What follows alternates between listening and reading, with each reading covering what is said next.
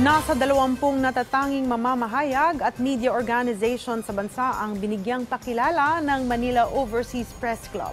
Ito'y dahil sa kanilang ipinamalas na husay sa kanilang trabaho. Si Ryan Lisigas sa detalye. Rise and shine, Ryan.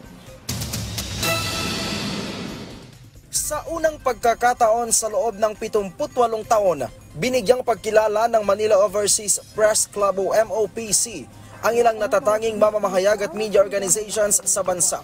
Hindi bababa sa 20 mamamahayag ang nabigyan ng pagkilala dahil sa husay sa kanilang trabaho.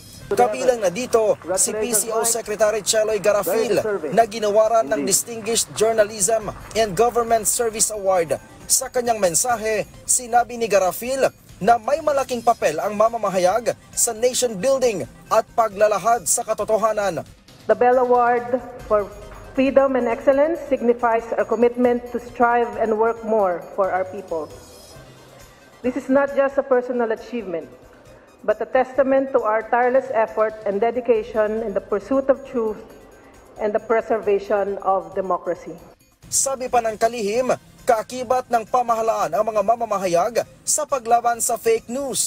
Sa recognition ng partnership natin, continuing partnership natin with the members of the press. Kasi syempre, sabi ko nga hindi naman natin magagawa yung trabaho natin kung hindi natin kasama ang mga members of the press. Kaya this is a testament to the robust and stronger partnership that the PCO has with the members of the press.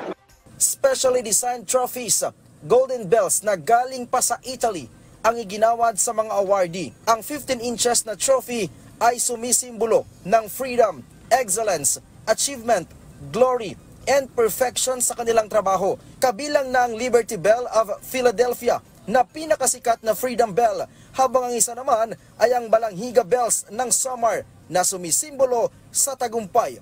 Nagsilbi namang guest of honor at speaker sa aktibidad si DICT Secretary Attorney Ivan John Uy. May all those awards actually be an encouragement to all of you to continue your passion in delivering the truth in a timely and objective manner to everyone. Taong 1945 nang maitatag ang MOPC na pinakamatagal na press club sa bansa.